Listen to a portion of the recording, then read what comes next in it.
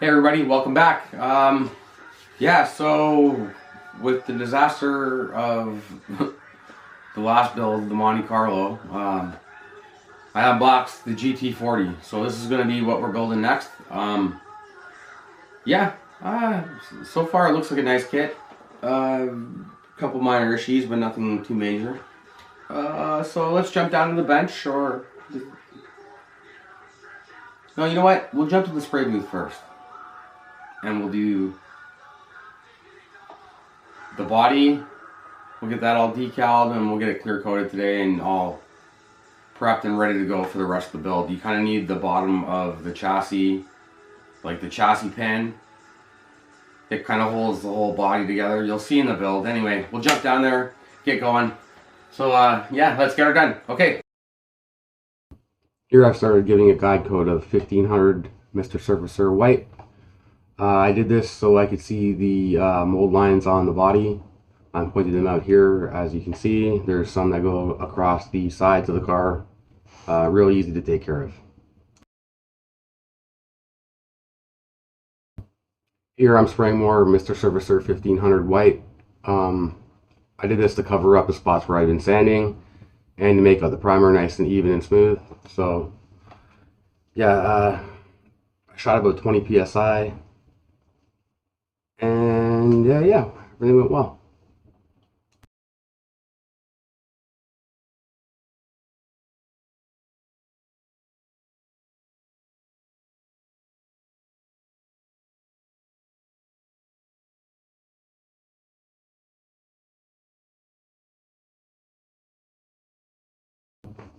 Now we start with our Zero Paints Ken Miles Ford GT40 Mk.II Ken light blue. Part number is ZP1640. At first I went very light with this paint. Zero paints tend to be a little bit hot, so I started off very light and I went about 10 minutes between coats, letting everything gas off. This particular paint though, I didn't find to be that hot compared to most. I've had problems with Zero in the past, but this time I had literally no problems at all. As a guide with any automotive based lacquer, you want to take your time with it and really layer it on, and not heavy either, really light. That way you don't do any damage to the plastic or your finish. So right here we're spraying LP11 from Tamiya. It's a very good silver, but if you're looking for a chrome type finish, I would probably recommend something else. Okay, so this part of the chassis pan is sprayed dark blue. I did one part LP5, one part LP6. These type of automotive lacquers dry to a matte finish, so I went over it with LP9, and yeah, just to give a gloss coat for decals. So now after about 24 hours of drying time, I started with the roof decal. I did this because this decal was the easiest to center, and it's important that these stripes are centered across the length of the car. So as you can see, I'm soaking it up with decal solution and a Q-tip. This took a few coats and some hair dryer, but I eventually got them to conform pretty well. The decals in hindsight were actually really good. They went on well. There was no cracking or any issues. I was really happy with the application of the decals, and they were easy to center too, which was another good thing.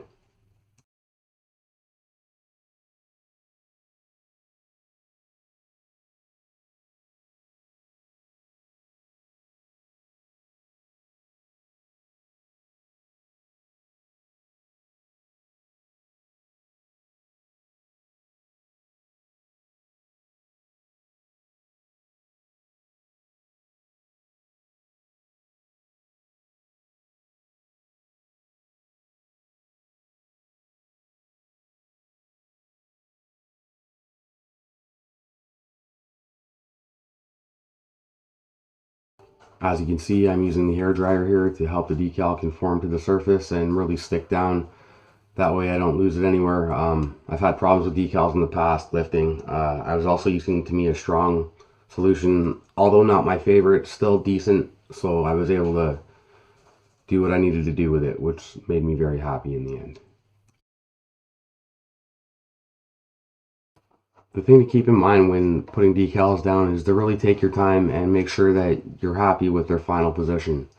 Once they're down, it's very hard to get them back up without damaging them. So really make sure you get everything where you want it before you decide to really melt it to the surface with solvents and stuff like that.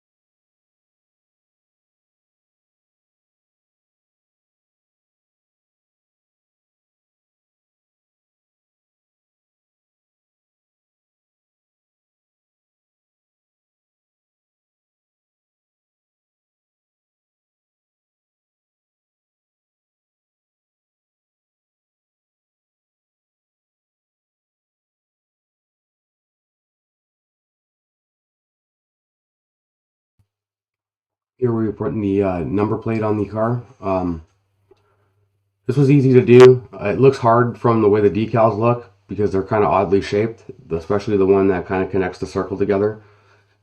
But this was probably way easier than I could have ever imagined it to be. The second part of the decal is really easy. You just line up the two outside lines with the outside lines of the rondelle and basically just push until the two seams touch. And I just applied solution and heat, and it worked for me.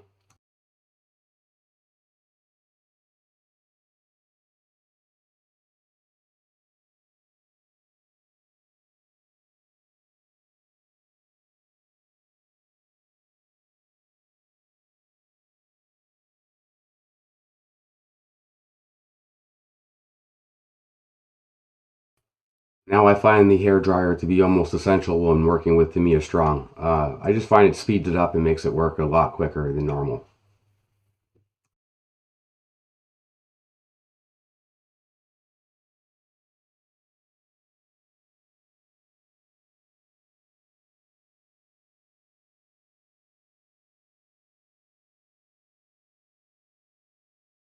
Here's the part I spoke of earlier. This was a really easy thing to do. Like I said, there's a split in the middle of the decal. You just push the two outside corners to where you want them on the rondelle, and then lay your solution in heat, and it worked out perfectly for me. Took a little bit of time. It's a little fiddly. Just take your time. You'll get there.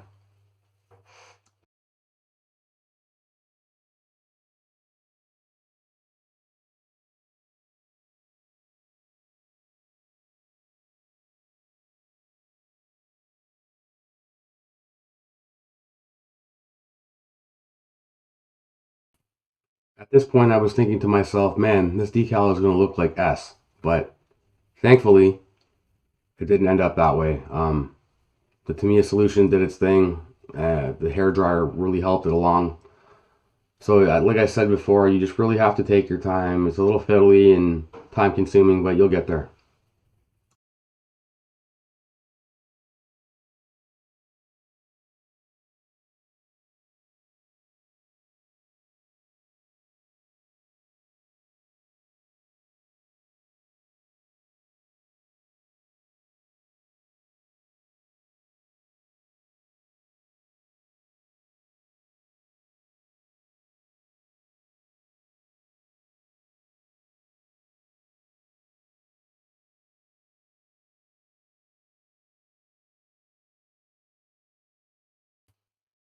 After a few times of using the solution in the hair dryer, I finally got it in place and where I liked it. So this is the final hit here with the hair dryer. Everything's lined up and I'm super happy with the end result.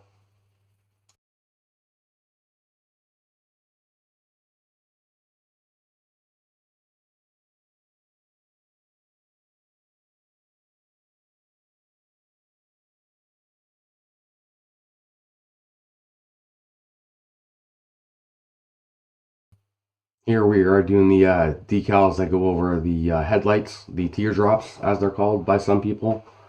Yeah, these went on really well. I kind of had a little screw up with this one. I somehow ripped the very tip of it off.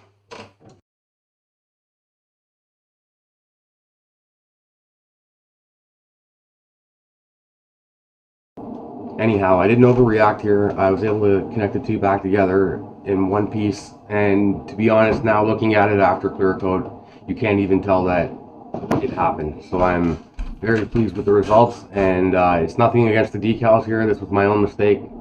Yeah, as you can see, here's the split. I'm trying to fix it. I was just being too rough with them, and I ended up ripping one.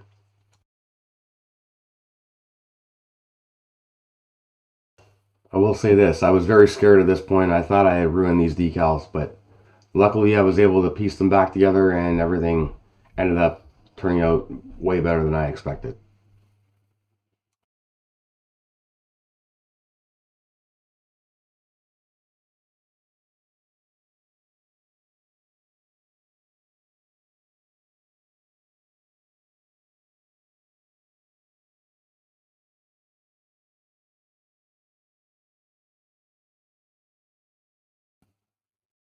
These decals, they go on the chassis pan.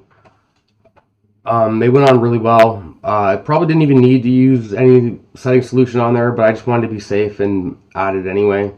Last thing I needed is one coming off while I was handling the model prior to 2K, so everything went very well. And yeah, basically you have to do this decal first to line up the one on top. Otherwise, you're going to have a weird looking one. So yeah, just a little bit of heat just to move it along quicker so I could handle it and not worry. And everything worked out really well.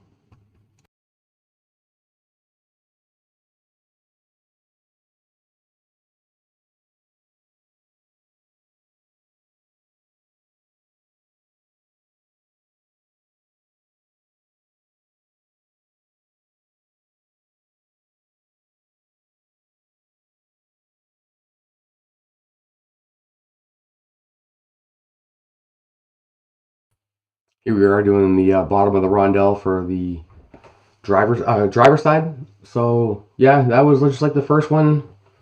Real easy to put on, no real problems.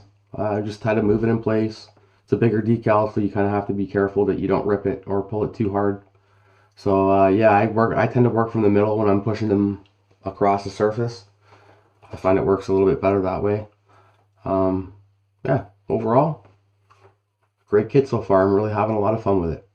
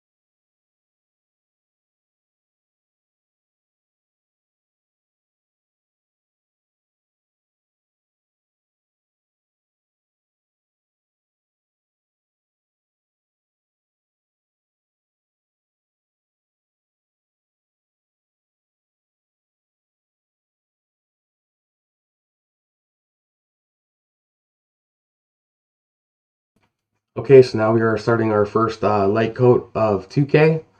Like I've said before in my previous videos, you want to start with a really light coat when you're doing a 2K. You give it about 10 to 12 minutes to gas off, and then you apply your second coat a little heavier. Allow that to gas off another 10 to 12 minutes, and then you can go wet.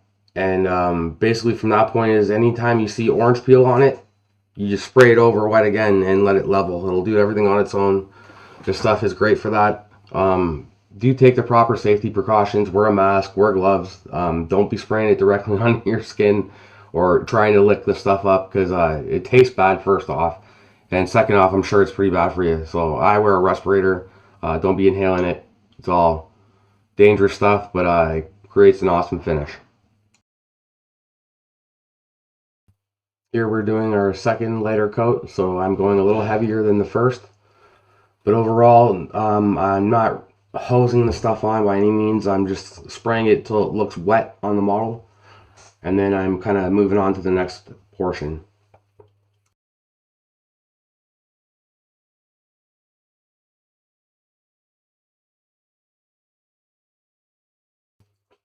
Now we're doing our final wet coat. Yeah, I used about 5 ml of clear for this. Others might use less. I tend to go a little heavier because I like to give a good polish and buff after I'm satisfied with the curing of the clear.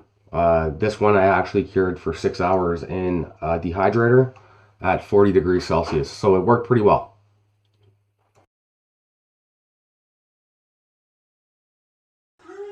Okay, so as you can see, we have the body all clear coated and ready to go here for the rest of the build. I couldn't help but test fit it over the interior tub, interior tub. So yeah, it looks pretty good so far. A couple things I did notice were the panel lines around the doors are not very shallow. I tried to deepen mine a little bit with a Tamiya scribing needle, and I chickened out because I was like, oh man, if I slip, it's over.